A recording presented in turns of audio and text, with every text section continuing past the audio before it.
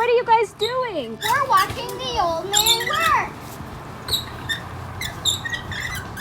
My profess open minds are telling me to conform, to be of the kind, but I see right. Welcome. Today we're going to be working on planter boxes. I had built these planter boxes a couple years ago and had left a room here for another planter box that I just didn't get around to building.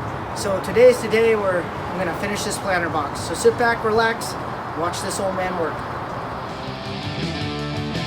Okay, so I set up these planter boxes at 28 inches apart. That gets me room for my wheelbarrow, my trash can to be able to pull through, walk through. It's a good spacing, I found out. I had set up over here my watering already for this area. I had placed these pots here just temporarily, so now today we're gonna get this planter box going. So the first thing to do is lay out where your planter box is gonna go. So to start the layout, I'll carve out a space here in this DG, the 28 inches off this existing planter box for the new planter box, and we'll go from there. So the box that I decided to make is going to be 6 foot by 28 inches. That's the space I had available. This DG had worked out great for in between the planter boxes. As you can see, underneath the DG I had a heavy plastic that helped keep down weeds.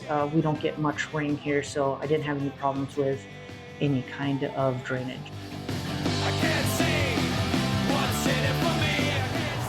So now that we have the planter box area dug out, I have some scrap 2x6 lumber that I had laying around. It's a perfect opportunity to use this up. The existing planter boxes I did out of 2x6, it's just 2x6 stacked. So we'll build our box to our dimension and we'll get it set in place.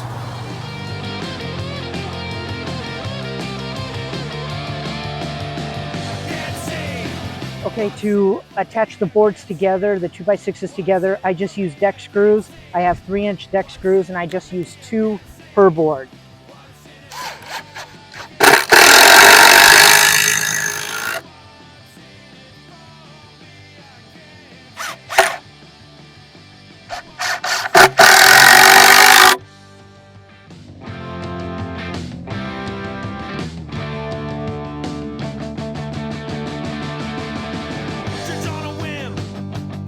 Open minds are telling me to conform, to be of the kind, but I see right through their lies. Once you have your 2 frames set, I use a scrap piece of 1x. You can use 2x4, whatever scrap pieces you have, and 1.25 inch deck screws. Again, that's just what I have on hand. And you just put the scrap piece in between.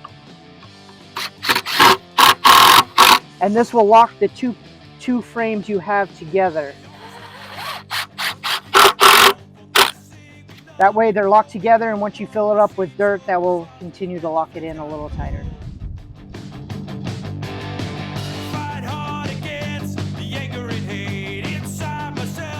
All right, now that you have your planter box built and set in place, I always put mesh in the bottom of my planter box that keeps any gophers or moles or anything else coming up underneath to get your garden plants.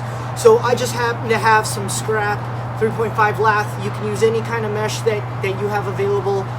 They sell in a bunch of different styles. You just want something small enough that no critters can come up underneath, but it's big enough so the water can drain out.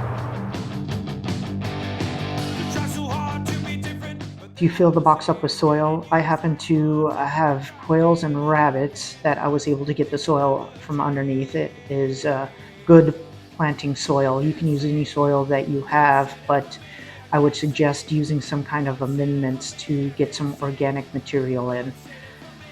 Having quail and rabbits has really been a benefit. I do live in the metropolitan area and they're perfect for small yards or small areas, and we can go over that in a different video.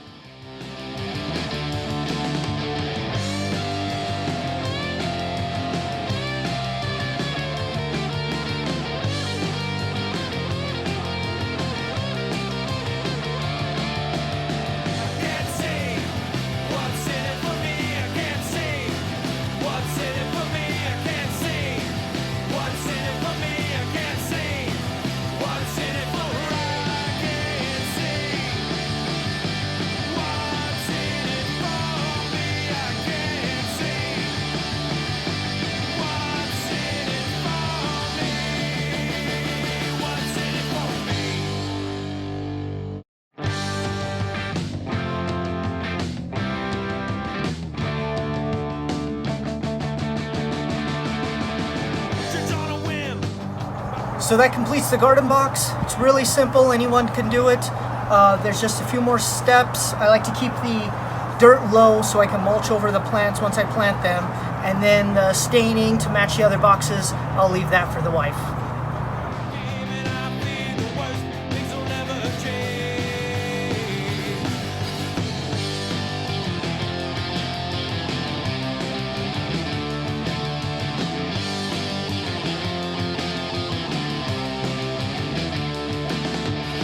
I always wonder what the future will hold for this seed we loved before we grew old. The seed sold was lost.